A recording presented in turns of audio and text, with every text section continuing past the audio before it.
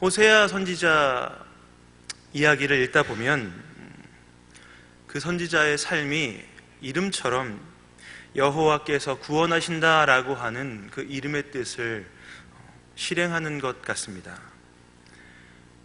그의 삶은 여호와께서 어떤 사람을, 그리고 사람을 어떻게 구원하시는지를 보여주는 그런 삶을 살고 있습니다. 하나님의 선지자에게 음란한 여인 고멜과 결혼하라고 하는 명령을 내리시고, 그리고 그 선지자가 걸어가는 발걸음 가운데 그의 결혼 생활을 모든 사람들에게 다 보여주는 그런 삶을 살게 하셨습니다. 장남 이스르엘, 딸 로루아마, 차남 로암미 등 이 자녀들을 두는 과정을 통해서 이스라엘과 하나님의 관계를 보여주는 일을 호세아의 삶을 통해서 나타내고 계십니다. 사람은 누구나 자신의 치부는 감추고 싶어 합니다. 다른 사람들의 입방아에 오르내리는 것을 원하지 않기 때문입니다.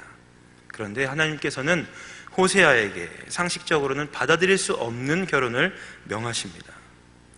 호세아 선지자는 하나님의 말씀이지만 그 명령을 받았을 때에 얼마나 따르기 싫어했을까요? 그러나 그는 놀랍게도 하나님의 이 명령을 묵묵히 이행하였습니다. 말씀을 따랐지만 그의 마음을 입장을 바꿔 생각해 보면 편하지는 않았다라고 생각이 됩니다. 아니, 행복하지 않았을 거라고 생각이 됩니다.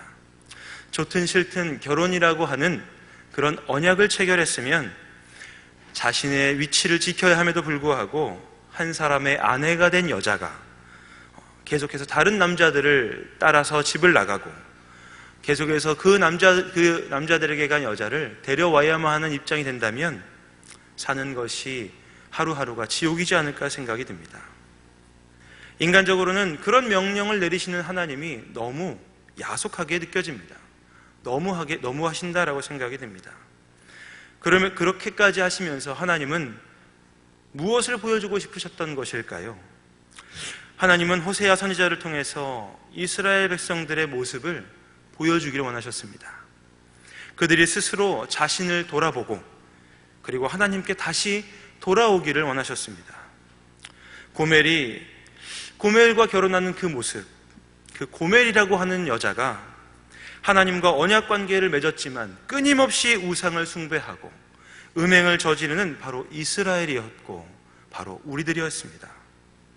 하나님은 음행하는 여인 고멜을 계속해서 용서할 수밖에 없는 호세아, 그리고 그를 데려올 수밖에 없는 호세아의 삶을 통하여서 자신들을 향한, 이스라엘 백성인 자신들을 향한 하나님의 마음을 깨닫기를 바라셨습니다. 하나님의 마음은 그렇게 이스라엘이 하나님과의 언약을 깨어서 버렸지만 그럼에도 바보같이 언약을 묵묵히 이행하시는 하나님의 사랑과 긍휼의 마음을 나타내기를 원하셨습니다.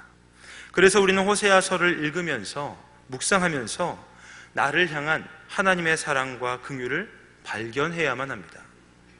왜냐하면 그 사랑과 긍휼은 먼 옛날 호세아 시대 이스라엘만을 향한 것이 아니라 지금 현재 나 자신, 우리 이스라엘 백성들을 상징하는 하나님의 백성인 나에게도 여전히 유효하기 때문입니다. 그리고 그 하나님의 성품을 알고 경험할 때에만 비로소 나도, 그리고 우리 모두도 하나님의 사람처럼 도저히 용서할 수 없는 사람을 품을 수 있는 존재가 되기 때문입니다. 호세아 선지자의 이야기가 나올 수밖에 없었던 배경은 무엇일까요? 호세아 선지자가 활동했던 시기는 북왕국 이스라엘이 유례 없이 정치적으로 그리고 경제적으로 많은 번영을 누릴 당시였습니다. 정치적으로도 안정되었고 경제적으로도 풍요로워졌습니다. 그렇기 때문에 사람들은 그 풍요를 이제는 내가 좀 누릴 수 있지 않을까라는 쪽으로 온 관심이 쏠렸을 겁니다. 이제 사람들에게 있어서 행복이란 나의 만족, 자기 만족과 동의어가 되었습니다. 모두가 자기의 만족을 위해서 이제 살아가기 시작한다고 한다면 내가 추구하고 싶은 나의 마음의 만족과 또 다른 사람이 추구하고 싶은 만족이 필연적으로 부딪히게 되어 있습니다.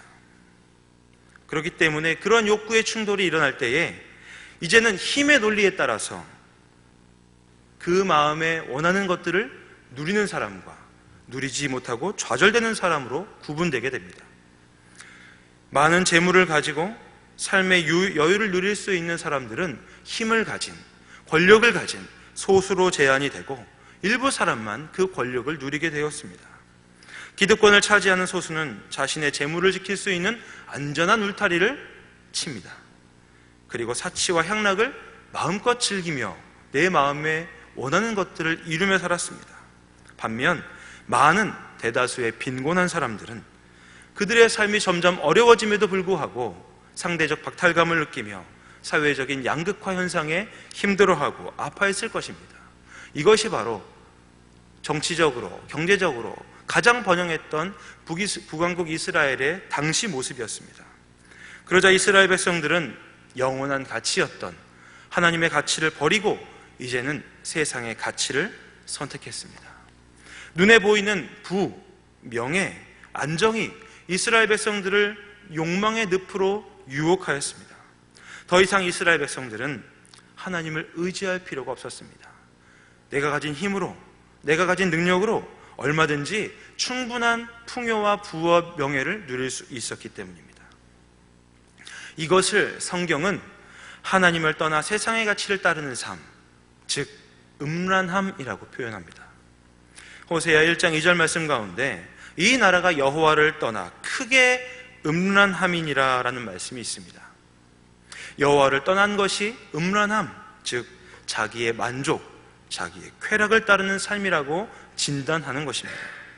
말씀이 없어서가 아니라 말씀이 있음에도 불구하고 이제는 말씀보다는 내 마음의 욕구, 내 마음의 탐욕, 내 마음의 탐심이 그들에게 더 우선시되다 보니 말씀이 있었지만 말씀을 버리는 결과를 초래한 것입니다.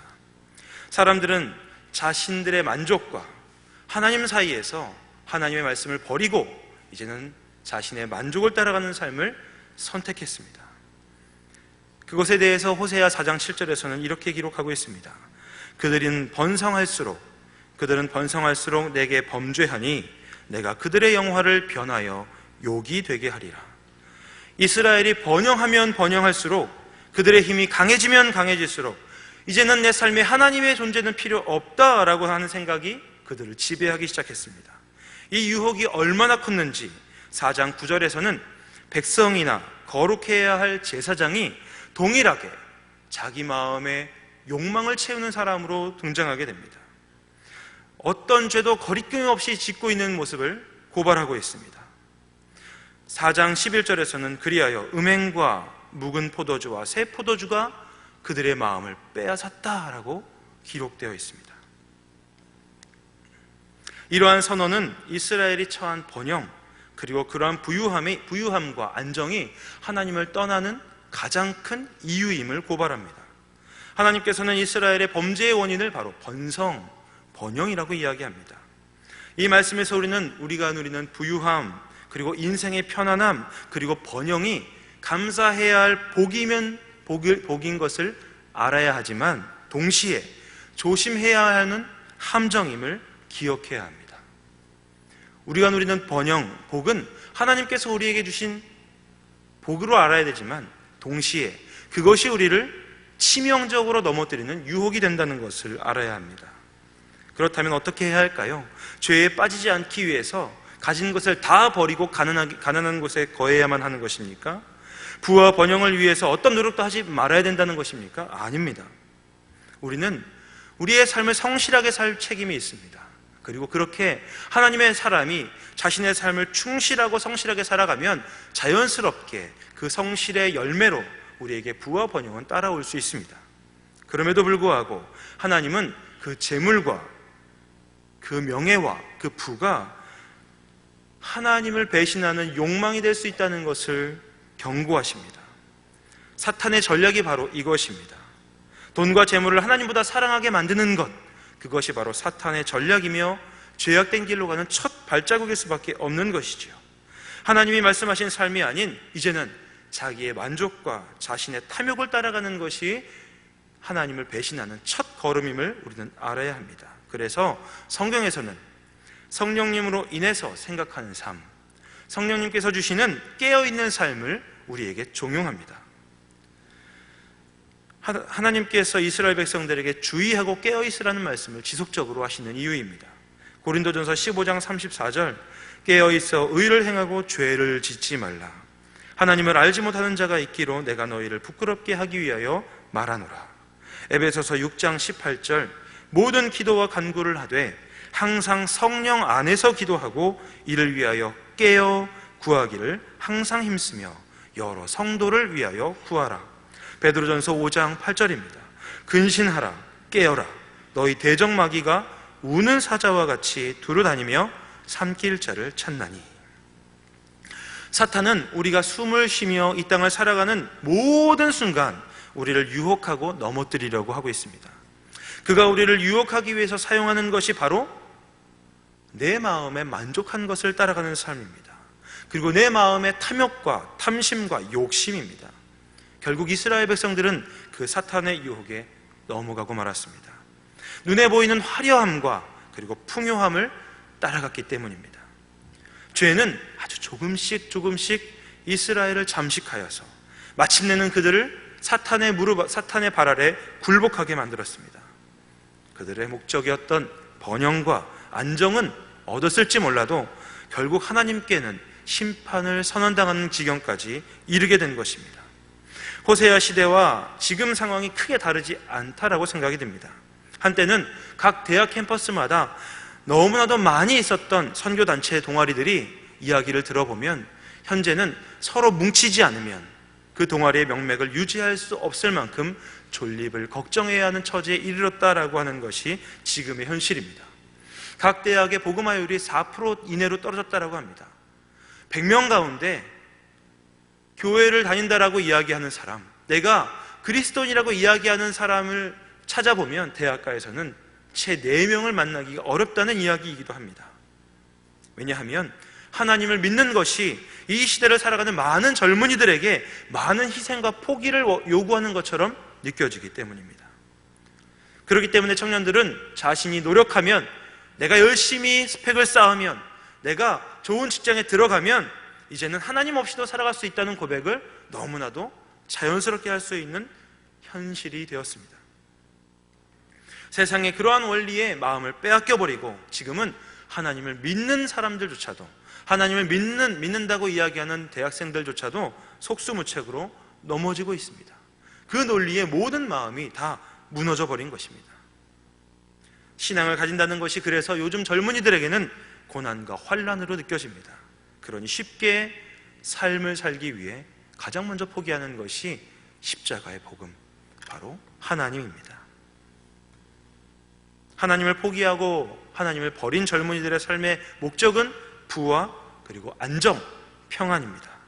좋은 직장, 좋은 집, 좋은 차, 아름답고 멋진 몸매, 달콤한 쾌락을 그들은 벗삼아서 잡힐 듯 내가 조금만 노력하면 잡을 수 있을 것 같은 그 목표를 향해서 도달하지 못할 목표를 향해 끊임없이 달려가고 있습니다. 그렇게 달려가다가 더 이상 달릴 힘이 없으면 이제는 고속도로에서 퍼져버린 자동차처럼 넘어져서 일어나지 못하는 모습들을 보여주고 있습니다. 그들의 삶의 자리 어디를 둘러봐도 하나님의 말씀은 존재하지 않고 하나님이라고 하는 존재는 필요 없는 고백처럼 들려지게 됩니다. 그런데 이것이 비단 청년들만의 문제일까요? 젊은이들만의 문제일까요? 문제 부모는 있어도 문제아는 없다라는 말처럼 지금 젊은이들이 보여주고 있는 이러한 신앙적 무기력한 모습은 어떻게 보면 장년분들이 보여주고 있는 신앙의 모습이 투영된 결과는 아닐까 생각하게 됩니다. 쉽사리 인정하고 싶지 않은 부분이지요. 그래서 호세아서의 말씀을 읽고 묵상하면서 우리는 내 안에 이스라엘 백성들이 보여주었던 하나님 말씀보다 더 우선시하는 나의 만족함, 내 안에 탐욕, 내 안에 정욕, 내 안에 욕심은 없는가, 이 사실을 철저하게 들여다보아야 합니다. 나는 삶의 목적을 어디다 두고 살고 있는가? 세상의 유혹의 모습에 나는 어떻게 대처하고 있는가? 이 질문이 바로 호세아서를 읽는 나를 향한 질문이 되어야 합니다. 하나님께서 요구하시는 신자의 삶은 세상의 흐름과는 반대되는 모습을 보여주기 때문입니다. 왠지 손해보는 것 같아서, 하나님을 향해 헌신하면 바보같이 보여서 그 누구도 십자가의 길을 쉽게 가려고 하지 않는 이때에 하나님은 우리를 향해서 외치십니다. 하나님은 안타까워하시며 우리를 부르십니다. 그 외침이 바로 이스라엘 백성을 향한 돌아오라 라는 외침입니다. 돌아오라 라고 하는 부르짖음입니다. 어제도 그리고 오늘도 우리가 살아가는 모든 삶의 자리에서 하나님은 계속해서 부르짖으실 것입니다. 하나님은 우리가 가는 그 길, 하나님 없이 걸어가는 그 길의 결과가 무엇인지 극명하게 보여주고 들려주십니다. 영원하지 않은 가치를 추구하며 살아가는 인생은 일견 아무리 화려하게 보인다 할지라도 결국 그 삶의 결국에는 심판과 멸망이 입을 벌리고 우리가 떨어지기만을 기다리는 낭떠러지입니다. 이것에 대해 호세아 8장 1절에서는 이렇게 경고하고 있습니다. 나팔을 내 입에 댈지어다. 원수가 독수리처럼 여호와의 집에 덮치리니 이는 그들이 내 언약을 어기며 내 율법을 범함이니라. 하나님은 당신의 백성이 하나님 없이 살아가는 그 결과를, 그 삶을 전쟁에 비유하십니다. 그 끔찍하고 그 고통스러운 전쟁, 어느 한편이 백기를 들여야만 멈출 수 있는 전쟁으로 비유하시며 그 삶의 자리에서 느끼는 고통으로 하나님 없는 삶을 비유하시는 겁니다. 하나님 없는 삶에 대해서 또한 보여주고 있는 구절이 로마서 1장입니다. 이 로마서 1장 말씀은 우리가 함께 좀 찾아서 읽으면 좋겠습니다. 로마서 1장 28절 이하의 말씀입니다.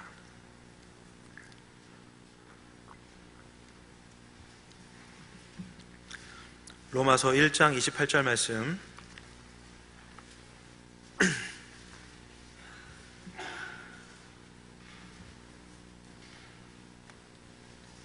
로마서 1장 28절부터 31절까지 함께 읽겠습니다. 또한 그들이 마음에 하나님 두기를 싫어하며 하나님에게서 그들을 그 상실한 마음대로 내버려 두사 합당하지 못한 일을 하게 하셨으니 곧 모든 불의, 추악, 탐욕, 악의가 가득한 자요, 시기, 살인, 분쟁, 사기, 악독이 가득한 자요, 수근수근하는 자요, 비방하는 자요, 하나님께서 미워하시는 자요, 능욕하는 자요, 교만한 자요, 자랑하는 자요, 악을 도모하는 자요, 부모를 거역하는 자요, 우매한 자요, 배약하는 자요, 무정한 자요, 무자비한 자라. 하나님을 부정하고 자기를 하나님보다 우선시하는 삶의 모습이 로마서 1장 28절 이하에 극명하게 드러나고 있습니다. 모든 불의, 추악, 탐욕, 악의 때문에 나와 함께 있는 모든 관계들이 끊어질 수밖에 없는 바로 그런 삶을 산다라는 선언입니다. 제 아무리 그럴듯하게 자기 자신을 포장하고 그리고 자기 자신을 꾸민다 할지라도 그 안에 있는 탐욕과 탐심은 결국 하나님 없이 하나님을 내 만족보다 우선순위에서 밀어버린 사람의 삶에 그대로 드러나게 되어 있습니다. 모든 관계를 파국으로 치닫게 하는 그러한 모습으로 우리를 이끌어갑니다. 부부간의 관계에서도 사랑이 아닌 자신의 정욕을 채우기 위한 관계로 그 관계가 변질되어 버리고 자신의 이익에 따라서 친구도 가족도 그리고 모든 관계를 다 버려버릴 수 있는, 한순간 배신할 수 있는 관계가 된다는 것입니다. 부모가 자녀를 자신의 욕망을 채우는 도구로 사용하게 되고 그리고 그 학생이 그 부모의 욕망에 이끌려 다니다가 결국 자신의 목숨을 끊는 일이 이제는 너무나도 접하기 쉬운 일이 되어버렸습니다. 어렸을 때부터 자기가 하고 싶었던 일을 다 포기하며 살아갈 수밖에 없었던 한 학생이 어머니가 원했던 그 성적에 도달하고 나서 공책에 이제 됐어? 라는 말을 남기고 투신한 사건이 바로 이러한 부모의 욕망에 의해 휘둘릴 수밖에 없었던 한 사람의 인생을 보여줍니다. 결국 하나님 없이 살아가는, 자기 만족으로 자신을 채울 수밖에 없는 인생은 자신이 맺고 있는 모든 관계를 불행으로 이끌어가게 됩니다. 그래서 성경은 하나님 없는 삶, 그것을 심판으로 표현합니다. 이스라엘은 스스로 하나님을 버렸기 때문에 결국 이제 남는 것은 절망밖에 없습니다. 하나님 없이 살아가겠다고 했던 모든 이스라엘의 절망은 결국 그곳에서 사망으로 이끌어가는 삶을 경험하게 됩니다. 그 절망밖에 남지 않은 것에 하나님은 이해할 수 없는 희망을 선언하십니다. 회복, 즉 구원을 선포하시는 것입니다. 불가능한 일인데 그것이 하나님으로 인해서 선언되고 있습니다. 하나님이 아닌 세상을 선택하면서 스스로 절망에 처해 이제는 죽음 외에는 다른 결과를 얻을 수 없었던 이스라엘 백성들에게 하나님이 일방적으로 선언하시는 회복의 선언은 호세아서에 반복적으로 나옵니다. 우리 이해력으로는 도저히 가능하지 않은 일이 벌어진 것이지요. 그런데 이 일에 대해서 예수님께서 신약에 한 예를 들어 설명해 주십니다. 하나님이 어떻게 이 일들을 가능하게 하실까? 하나님께서 어떻게 이 일을 가능한 것으로 선언하실 수 있었을까라는 것이 하나님과 우리의 관계에서 다시 드러나게 됩니다. 누가복음 15장에 있는 집 나간 아들의 이야기입니다. 둘째 아들이 아버지에게 아버지가 죽어야만 받을 수 있는 유산을 달라고 하여 자신의 뜻대로, 자신의 욕망대로 먼 땅에 가서 허랑방탕한 삶을 사는 것, 결국 그곳에서 모든 재산을 다 허랑방탕하게 허비해버리고 이제는 죽을 수밖에 없는 그 자리에서 자신의 아버지를 떠올렸을 때에 그 아버지를 향해서 걸어가며 나는 이제 아버지의 아들이라 일컬음을 얻지 못하겠사오니 나를 품꾼의 하나로 삼아달라고 하는 그 고백을 하기 위해 터벅터벅 걸어갔던 그 아들을 맞이하는 그 아버지의 모습에서 가능하지 않은 회복을 선언하는 하나님을 보여주고 있습니다. 자신의 유익을 위해, 자기의 만족을 위해서 유산을 가지고 떠나갔던 아들, 그 아들이 집을 떠나간 그날부터 하나님은, 그 아버지는 어떻게 하루하루를 보내셨을까요?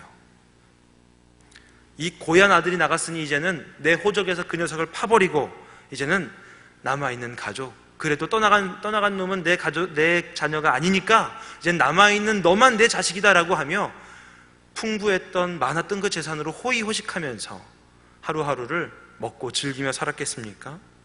아니었습니다. 남겨진 아버지의 하루 일과는 아침에 일어나면 동네 어귀까지 나아가 기다리는 일이었습니다. 오늘 올까? 아니 내일 올까? 어저께 오지 않았는데 지금 내 아들은 뭐 하고 있을까? 그것을 기다리며 계속해서 기다리는 삶을 살았을 겁니다. 언제 올지 모르는 그 기다림을 계속해서 살았던 것이죠. 저 멀리서 누군가의 실루엣이 보이면 혹여라도 내 자식이 돌아왔을까봐 뛰어가기를 반복했을 겁니다. 같지만 자녀가 아니라는 것을 알고 얼마나 실망했을까요? 날마다 그 일이 반복되었을 겁니다. 그리고 마침내 가져간 모든 것을 허비하고 배고픔에 두 배를 움켜쥐고 돌아오는 그 자녀를 아버지가 멀리서 봤을 때에는 아무것도 묻지 않고 그 자녀를 품에 안는 모습을 보여줍니다. 렘브란트가 그린 탕자의 귀환이라는 그림을 보면 그 돌아온 아들이 신발도 신지 않고 머리도 다 빠져서 어찌할 바를 몰라 무릎 꿇고 있는데 아버지가 그 아들을 품에 안고 있는 모습을 보여주고 있습니다. 그 모습이 도저히 우리가 이해할 수 없는 하나님의 회복의 선언입니다. 인간적인 논리로는 도저히 우리가 감당할 수 없는 하나님의 사랑과 긍휼입니다. 이것이 하나님의 마음입니다. 우리가 늘 갈구하고 있는 그 사랑, 언제 한번 받아보면 받기만 하면 좋겠다라고 생각하는 바로 그 사랑입니다. 수백억, 수천억을 준다 해도 그 돈으로는 도저히 살 수 없는 그 사랑을 하나님은 호세아를 통해 보여주고 있습니다. 그리고 탕자의 아버지의 모습을 통해 보여주고 있습니다. 이스라엘을 향해 돌아오라 말씀하시는 하나님은 집을 나가버린 탕자의 아버지입니다. 그리고 하루하루 자신의 욕망을 채우기 위해 집을 나가는 고멜의 남편입니다. 하나님의 자녀라고 하면서도 매일매일 세상의 가치에 목말라하고 있는 바로 나, 그리고 나의 아버지입니다. 세상의 성공의 법칙과 규칙을 따라가기 위해 오늘도 살아가고 있는 바로 우리 모두의 아버지이십니다. 그 아버지의 부름이 오늘 본문 호세아 11장 1절에 나옵니다. 이스라엘이 어렸을 때에 내가 사랑하여 내 아들을 애굽에서 불러냈거늘. 이렇게 하나님의 아버지의 마음으로 이스라엘을 불러낸 그 이스라엘이 이제는 하나님의 부름을 받았음에도 불구하고 하나님께서 부르면 부를수록 하나님으로부터 멀어져 가고 있다라고 이야기하시는 것입니다. 자녀가 태어나면 머리부터 발끝까지 엄마 뱃속에서 가지고 나오는 것은 단 한 개도 없습니다. 모든 것을 부모로부터 제공받습니다. 태어나면 부모로부터 사랑과 정성을 받고 어느 순간 말도 배우고 그리고 얻는 모든 옷부터 가지고 있는 모든 행동의 패턴까지도 부모로부터 다 받게 되는 것입니다. 그런데 어느 순간 머리가 조금씩 크기 시작하면 나쁜 친구와 어울리고 자기가 하고 싶은 것을 고집부리며 자기가 가고 싶은 데로 갑니다. 그곳에 가면 반드시 분명히 다치고 넘어지고 아픈 것이 분명함에도 불구하고 그 길을 계속해서 가는 모습을 보여줍니다. 가지 말라고 하면 가지 말라고 이야기하는 부모가 마녀가 되고 못된 사람이 되고 도저히 자녀가 감당하지 못할 사람이 되어서 이제는 부모에게 막말까지 하게 되는 것입니다. 저에게도 두 자녀가 있습니다. 말을 무지하게 안 듣습니다. 그래서 대부분은 말로 타이르지만 어느 순간 감정이 폭발하여 이성을 상실하면 아이들을 때리기도 합니다. 근데 그 때리게 된 원인은 분명 자녀에게 있지만 때리고 나면 잠을 못 자는 건 저와 저희 아내입니다. 그리고 마음이 아픕니다. 왜냐하면 자식이기 때문이죠. 이처럼 하나님께서는 이스라엘 향해서 경고도 하시고 매도 드시고 타이르시지만 결국 이스라엘을 향해서 회복을 선언하시겠다고 선언할 수밖에 없습니다. 그래서 우리는 자녀를 키우며 그 하나님의 마음을 아주 조금 공감하게 됩니다. 하나님의 회복은 사무엘하 7장 14절의 선언이 이미 되어 있습니다.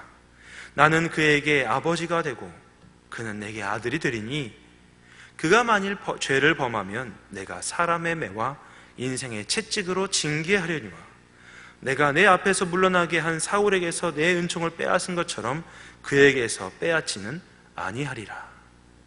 하나님께서 이스라엘의 왕조를 향해서 선언하시는 선언입니다. 그래서 하나님은 그 자녀된 백성이 죄를 범하면 그 보응으로 사람의 매와 인생의 채찍으로 징계를 하십니다. 그러나 그 죄 때문에 그 자녀됨을 결코 취소하지는 않으시는 분임을 우리는 믿고 알아야 합니다. 그러므로 우리는 이스라엘을 향한 그리고 오늘 우리 모두를 향한 하나님의 음성을 들어야 합니다. 하나님의 기다림 그리고 하나님의 부르짖음 그리고 하나님의 우리를 향한 회복의 선언, 이 모든 것을 우리 마음속에 확신하며 나아가야 합니다. 우리가 그래서 이 자리에 나올 수 있는 겁니다. 세상에 나아가 우리 뜻대로 무의식 중에 죄를 짓지만 그럼에도 불구하고 하나님 앞에 나올 때는 자녀가 부모 앞에 나오듯 당당하게 나올 수 있는 겁니다. 죄책감을 가지고 나오지만 그럼에도 불구하고 아버지 저 왔습니다 라고 이야기하며 이 자리에 나오는 겁니다. 그러면 하나님께서는 우리의 엉덩이를 때리실 수 있을지 몰라도 그렇게 다가오는 자녀를 품에 꼭 안아주실 겁니다. 그것을 확실하게 아는 사람만이, 그 경험을 확실하게 한 사람만이 때로는 함께 신앙생활하는 우리 모든 성도들을 품을 수 있는 사람이 됩니다. 그 사랑을 경험하지 못하면 때로는 내 마음에 들지 않는다고 해서 함께 신앙생활하는 우리 동역자들을, 믿음의 동역자들을 정죄하고 비난할 수 있습니다.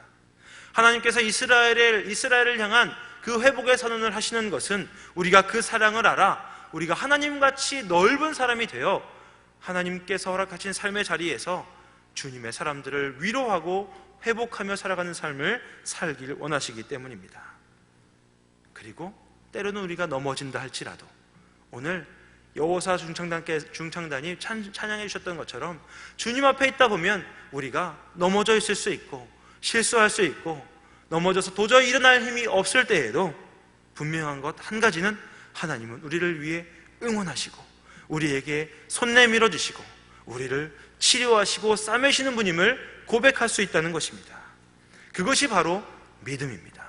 그러므로 혹시 하나님의 음성이 들리지 않는다고 하면 이제 우리는 탕자처럼 다시 한번 하나님의 말씀을 향해 나아가야 합니다. 그 말씀 안에서 하나님의 음성이 들리지 않는다고 한다면 그 말씀을 붙잡고 세상의 논리가 아닌 하나님의 진리의 말씀 안에서 몸부림치며 기다려야 합니다. 언제까지냐면 바로 그 말씀이 들릴 때까지입니다. 하나님의 말씀이 우리의 삶을 지배할 때까지 우리는 그 자리에 머물러야 합니다.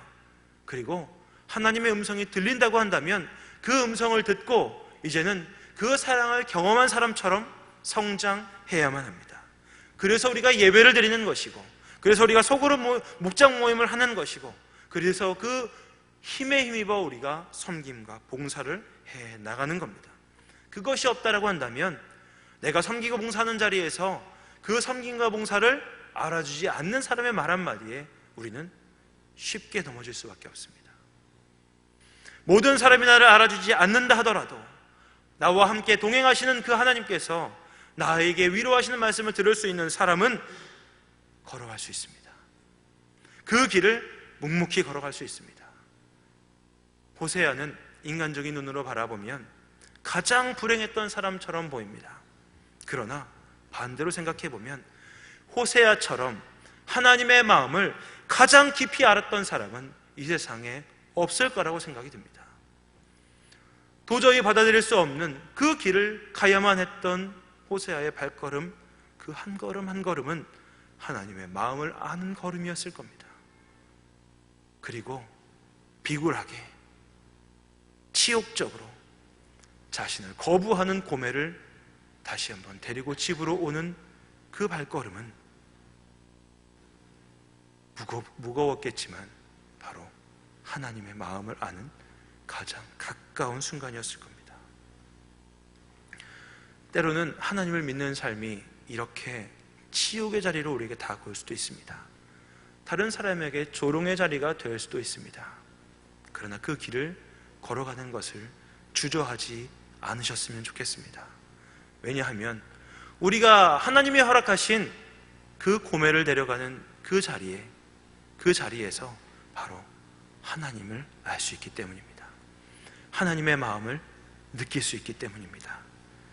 그리고 하나님의 마음을 아는 그 자리에서 기꺼이 세상 유혹을 내 삶의 최우선으로 하지 아니하고 하나님이 우리에게 초대하시는 십자가의 길을 걸어갈 수 있게 될 것입니다.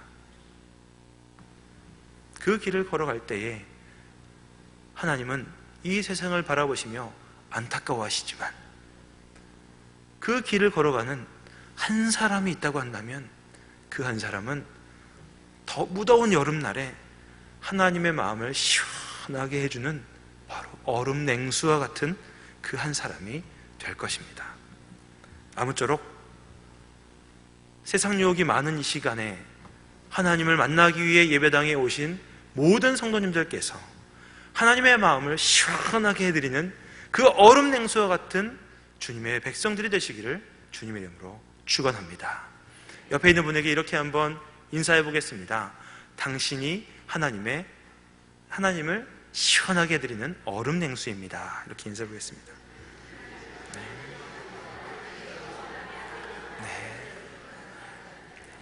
기도하겠습니다. 하나님, 우리의 영원한 힘의 근원이요 공급자 되신 주님을 바라봅니다. 연약한 틀풀 가운데에도 우주를 움직이시는 하나님, 그 가운데 하나님을 담으실 수 있었다고 한다면 내가 이렇게 약한 자리에서 하나님을 바라볼 수 있는, 하나님이 드러나는 삶을 살도록 인도하여 주옵소서. 너무나도 연약합니다. 용기도 없고 능력도 없습니다. 그런데 지금 나를 향한 시선에 멈추지 않고 하나님과 함께 걸어가는 영적 여정을 용기 있게 걸어갈 수 있도록 붙잡아 주시고 우리와 함께 걸어가 주시는 주님을 바라보게 하여 주옵소서. 주님께 우리의 삶을 의탁드릴 때에 우리와 함께 하실 것을 기대하오며 예수님의 이름으로 기도드렸습니다. 아멘.